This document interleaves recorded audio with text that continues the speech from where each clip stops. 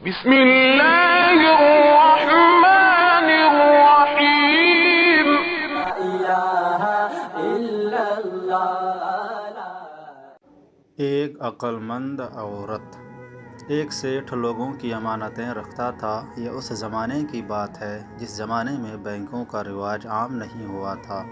اس زمانے میں جس انسان پر لوگوں کا اعتماد اور یقین ہوتا تھا کہ یہ آدمی امانت میں خیانت نہیں کرے گا، اس کے پاس اپنی رقم یا کوئی قیمتی سامان رکھ دیا کرتے تھے۔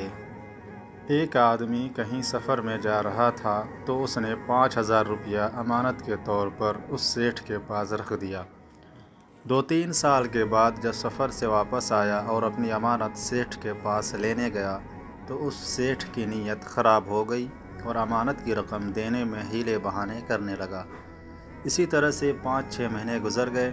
جس نے امانت رکھی تھی وہ بہت پریشان تھا کہ اپنی رقم حاصل کرنے کے لیے کیا کیا جائے۔ جس سے بھی شکایت کرتا وہ یہی جواب دیتا کہ ہم اس معاملے میں کچھ نہیں کر سکتے۔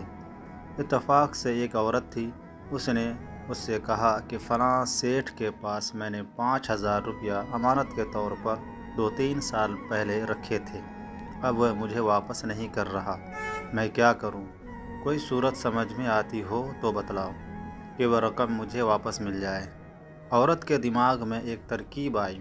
اس کے پاس لاکھوں روپے کے زیورات تھے۔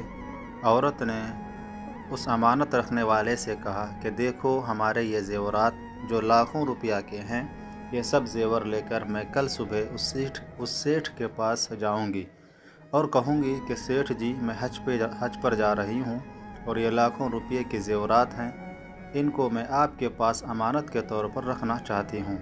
یہ کہہ کر میں اس سیٹھ کو اپنے سب زیورات دکھا دوں گی تو وہ لالچ میں آ جائے گا۔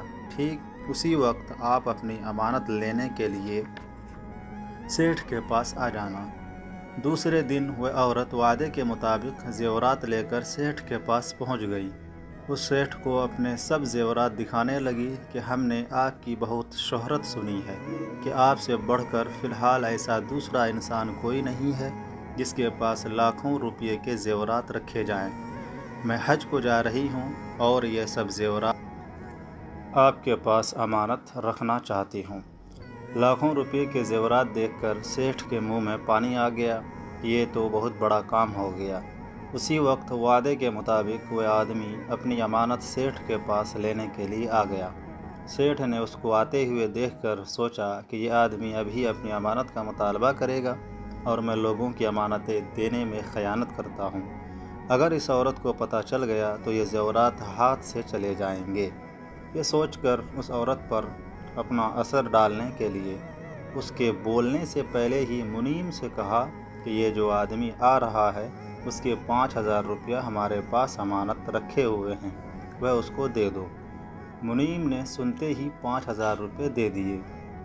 جب اس آدمی نے اپنی امانت اپنے ہاتھ میں لے لی تو عورت نے اپنے نوکر کو سمجھا رکھا تھا کہ تم ٹھیک اتنے بجے سیٹھ کے گھر آ جانا اور مجھے کہنا کہ آپ کو آپ کے خاوند جلد بلا رہے ہیں۔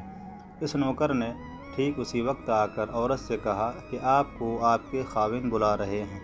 یہ سن کر عورت نے اپنا بکسا بند کر دیا اور اٹھ کر چل دی۔ چلتے وقت عورت نے سیٹھ سے کہا کہ